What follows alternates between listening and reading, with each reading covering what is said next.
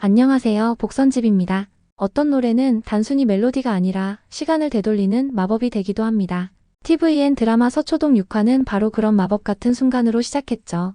10년 전 홍콩의 키스와 묻어두었던 감정, 그리고 서로의 상처를 보듬는 따뜻한 말 한마디가 우리의 마음을 가득 채웠던 회차. 지금 바로 시작합니다.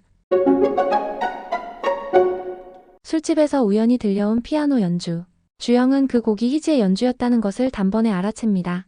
그 순간 두 사람의 시간은 10년 전 홍콩의 밤으로 거슬러 올라가죠. 여러분도 혹시 이런 경험 있지 않나요? 길을 걷다가 우연히 들린 음악 한 곡에 과거의 기억이 생생하게 되살아나는 순간 말이에요. 특히 첫사랑과 함께 들었던 노래라면 더욱 그렇겠죠.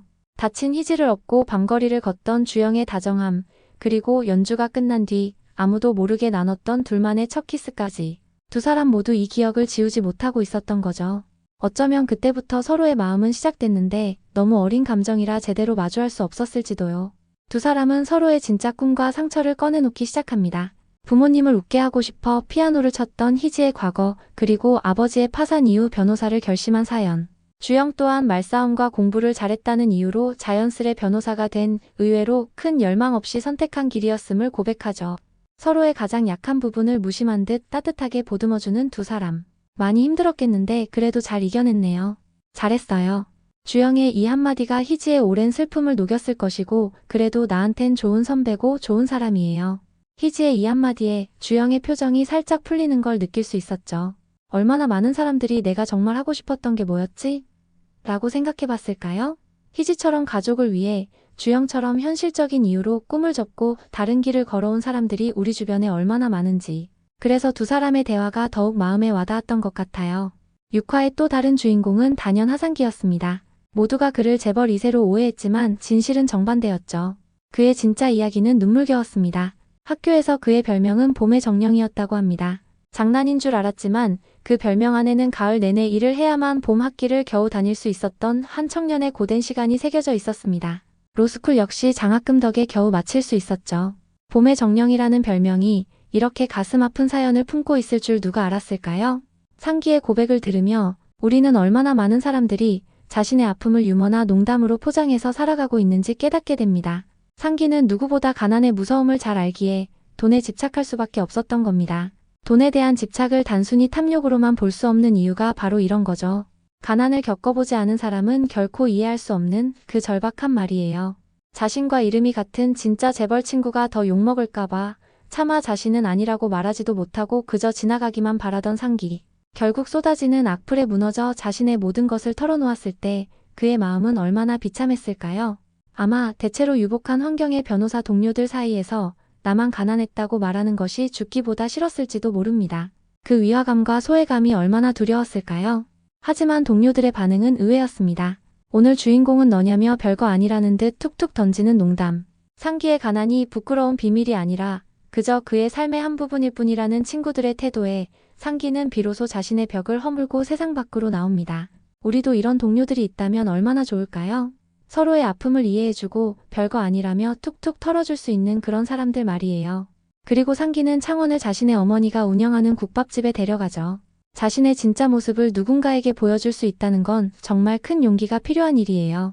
더 이상 부끄러워 감추고 싶은 과거가 아니라 소중한 친구에게 소개할 수 있는 자신의 일부가 된 겁니다. 마지막에 그가 짓던 편안한 미소가 정말 오래 기억에 남을 것 같네요. 이번 회차는 제목답게 유독 따뜻한 말들이 많았습니다. 문정은 주영에게 나에게도 모성애가 있을까? 라며 깊은 두려움을 털어놓는데요. 이때 주영의 대답이 정말 깊은 울림을 줬습니다. 너는 원래 사람 좋아하잖아. 내 아기도 사랑하겠지. 그게 꼭 모성애여야 돼? 그래요. 사랑의 형태는 하나가 아니죠. 엄마라는 이름의 무거운 책임감에 짓눌려 있던 문정에게 이보다 더 큰 위로가 있었을까요? 모성애라는 거창한 단어보다 사람을 좋아하는 마음이면 충분하다는 주영의 말이 정말 현실적이고 힘이 되었을 것 같습니다. 드디어 문정은 남편에게 임신 소식을 전했죠. 나 배터리 없어라며 당황하던 남편의 엉뚱함도 잠시 놀라 달려와 미안하다고 말하는 모습. 이렇게 서툰 반응이 오히려 더 현실적이고 사랑스럽지 않나요? 드라마 속 완벽한 반응이 아니라 실제 우리 주변 남편들의 모습 같아서 미소가 절로 나왔어요. DJ의 부당해고 소송 역시 마찬가지였습니다. 법의 잣대를 들이대기 전에 희지는 맞을 짓을 했더라도 맞아야 하는 건 아니라라며 한 인간의 존엄성을 먼저 이야기합니다. 돈이 아니라 명예를 되찾고 싶었다는 의뢰인의 고백처럼 이 드라마는 결국 법 이전의 사람을 이야기하고 있었던 겁니다. 물론 현실은 여전히 씁쓸합니다. 창원은 여전히 그 재벌 2세의 면회를 가야 했고 드라마틱한 사이다 전개 또한 일어나지 않았습니다.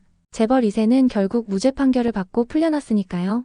주영과 희진은 홍콩에서와 달리 텅 빈 지하철 안에서 어색한 침묵만을 지킵니다.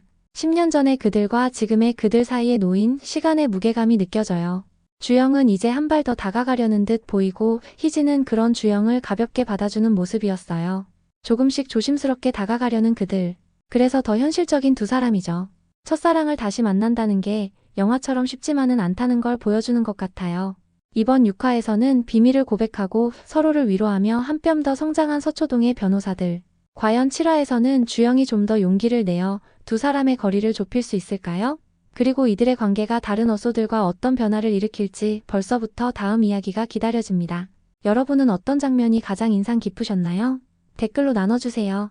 영상이 유익하셨다면 구독과 좋아요, 그리고 알림 설정까지 부탁드립니다. 여러분의 관심이 다음 리뷰 제작에 큰 힘이 됩니다. 그럼 다음 회차에서 또 만나요. 복선집이었습니다.